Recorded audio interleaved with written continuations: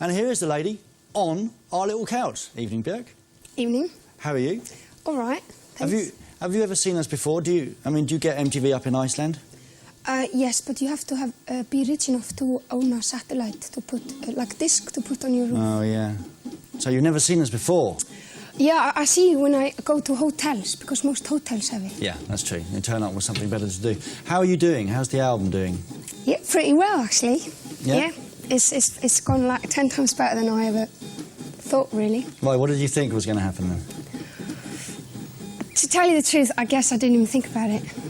I'm a bit... Was it a bit scary, like, because you're on your own for the first time and you had to prove it to a lot of people, I guess, that you... Well, I was, like, having so much fun doing the music, and when I've already, like, recorded it and stuff, I just wanted to move straight ahead to do another album, you know, and then I kind of almost forgot that albums have to come out and you have to do interviews and stuff, you know. I really like making music. I know it sounds really naff, but I really like it, you know. That's good, though, because that sort of fits in with what's going to happen next. Because I did warn you about this. It's called... Can you see it? You can. Go on. Oh, no. Hang on a minute, Björk. I just have to do something here. I'm going to have to go. It's called, ladies and gentlemen, the Bingo Wall of Death. And... believe it or not, I bought this jacket for a serious party a few years ago. That's how bad I was then. Anyway, listen, Björk is our very first guest on the Bingo Wall of Death. It's an idea we had one afternoon, probably after we've had too much coffee, you know what I mean, and drinks, and we hope it's going to work. Basically, it's because, like Björk said, some people who make music just like to make music and don't like to talk to silly people like me on TV. So to get away from that, we've brought up this, and you can participate in this by writing in questions that you've always wanted to ask your favourite people who you see all the time on TV or in videos. So for tonight, I sort of made the questions up, OK? Well, some of them anyway. I won't own up to all of them. And we're going to ask some to Björk. Now, basically, the idea is here is a bingo machine. And it has balls in it, 1 to 20. And over there, there's 1 to 20 questions. I mean, it's simple. It might work. It might not.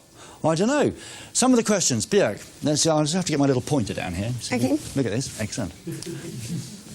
Now, question number 1. These are the sort of things, Björk, that you might be up against. When did you lose your virginity? Won't talk about that. Rob, you'll get upset about that one. Further part, are there any parts of your body you don't like? Name the worst song you've ever recorded. Those sort of things. Wow, it's intimate, isn't it? It is a bit intimate. I mean, are you ready for it? Well, it's better than the old, you know, when's the album coming out and when's the tour, isn't it, you know? Okay. Different. OK, you get 1 point for that. OK, right. Right, OK then, the Bingo Wall of Death, with inauguration ceremony, we declare this open with the lovely Björk, all the way from Iceland, and buy her new album, and in the meantime, some intimate and secret details. Right, I'm going to press this button down here, and the first ball... So, look at that! Came up. How do you get it out? Björk, I have to turn it off because it makes too much noise. Question number 12. Question number 12 on the board here. OK. Have you ever fancied someone of the same sex, Björk? Good. I'm glad you answered that. And, well, it makes me feel better too.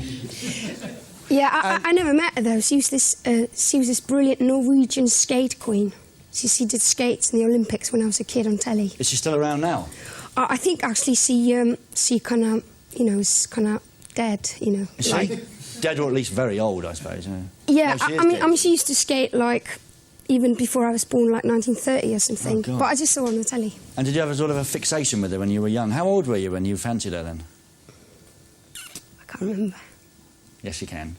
OK, then. Just not tell us. 6. 6. 6? Wow. And did you ever fancy any other girls later on in your life? You're getting too into it. Sorry, that's not on the board. Sorry. Okay. Sorry about that. Sorry about OK. Turn the machine back on. Well, you have to try, don't you, in life, you know. Oh, no, Björk, I don't know what number this is. Number 8. OK. Question number 8. What's it going to be? I didn't write all of the questions, Björk. What colour is your underwear?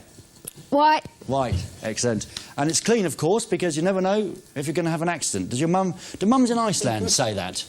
That you always must make sure you've got clean underwear on? Well, my grandma used to say that to my mother. So my mother, she swore an oath when she was little that she would never tell it to her children. So I was the lucky generation, basically, there. Excellent. OK, so now you know. What colour underwear, Björk? All the important questions answered on Most Wanted. Next number. Sorry, Björk, didn't rehearse this today, quite obviously. OK, number two. Question number two. Let's hope it's a nice one. Do you laugh at farts? Do you know what farts are? Yeah, but there are many levels of farts. There are. They're funny. For example, there are funny farts, and there are unfunny farts. So what particular farts would you find funny, then? Well, the unfunny ones. Ah, I see. And, well, I think that's enough on that question, really. No, I can't think of anything else to ask. I think she answered the question. One more. Are you ready for one more? OK. OK, one more. Hey, I'm training to be a game show host after MTV throw me out because I'm too old. There you go.